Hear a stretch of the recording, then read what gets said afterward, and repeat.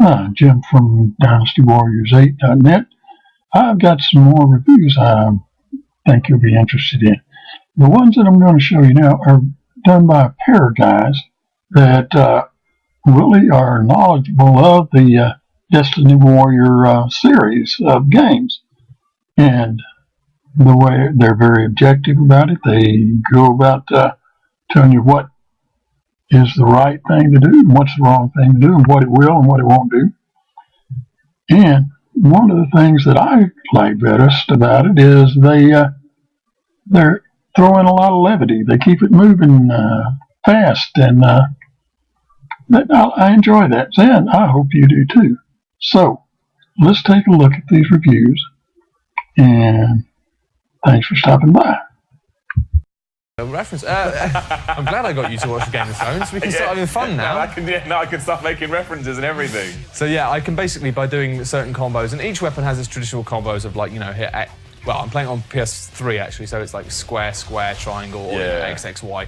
But depending on when you press it, you can do different stuff. So that one's good. Right, that's quite cool. Little man. Like a little extra to your combo when you least expect it. Got material, so basically going around and smashing up crates in this. You're basically just robbing somebody dry. I'm just robbing them dry. I think you just invented that. I invent a lot of phrases. It won't be the first one.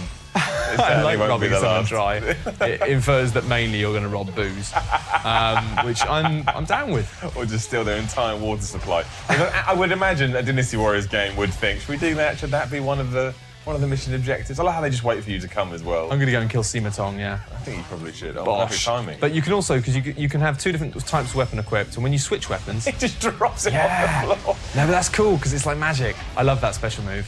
I'll do it in a second, I'll switch back again, because you can have two types of weapon at a time. But yeah, that's like the... Check it out, I can go like this.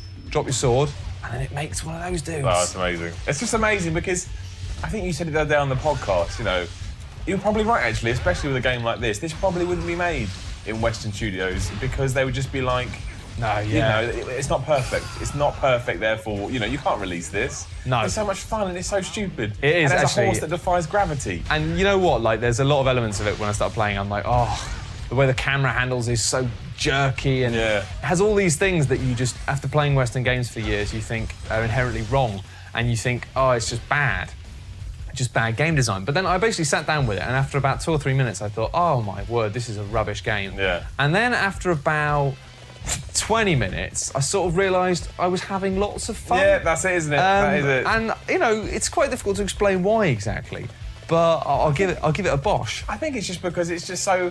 It doesn't try to be anything that it's not. It's like, go out in the world, kill a load of dudes, have a break, come back, do some more. And I'll tell you what, when you're killing a lot of dudes, this is a good example. Right? I'm going to kill a lot of dudes on screen. Yeah, I'm going to kill a lot of dudes. I'm going to kill a lot of dudes now. Check this out, right? So I can switch between weapons by pressing the R button, and that basically means that I can do all sorts of mad stuff. Oh, let me do a good move. I'll do a big move in a second.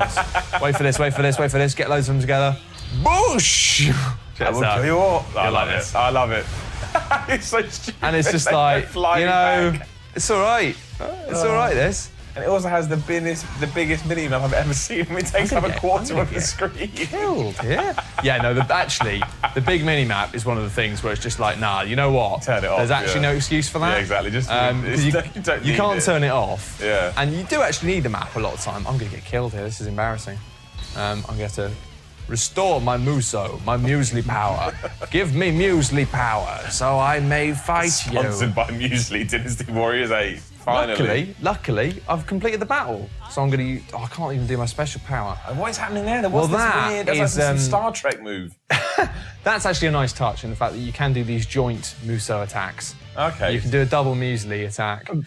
And you've always been able to do them for a while. Yeah. But it used to be quite hard to pull them off, I believe. But now they kind of like streamlined that, made it a bit easier. Yeah, when you're playing with an AI ally, you just press it, and that basically shows you where your ally is and that you're close enough to do it. Okay. So this is a nice touch as well. I'm not going to do this because I'm boned. But you can see how much health I've got left, 35, it's not good.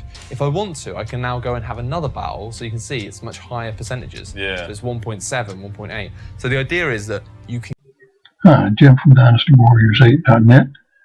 Hope you enjoyed that review. We got some information from it that you can use while playing the game. I've left a link in the description below this video to our site at dynastywarriors8.net, where you can go and find more reviews that hopefully will be helpful to you. So I will see you there, and thanks for stopping by.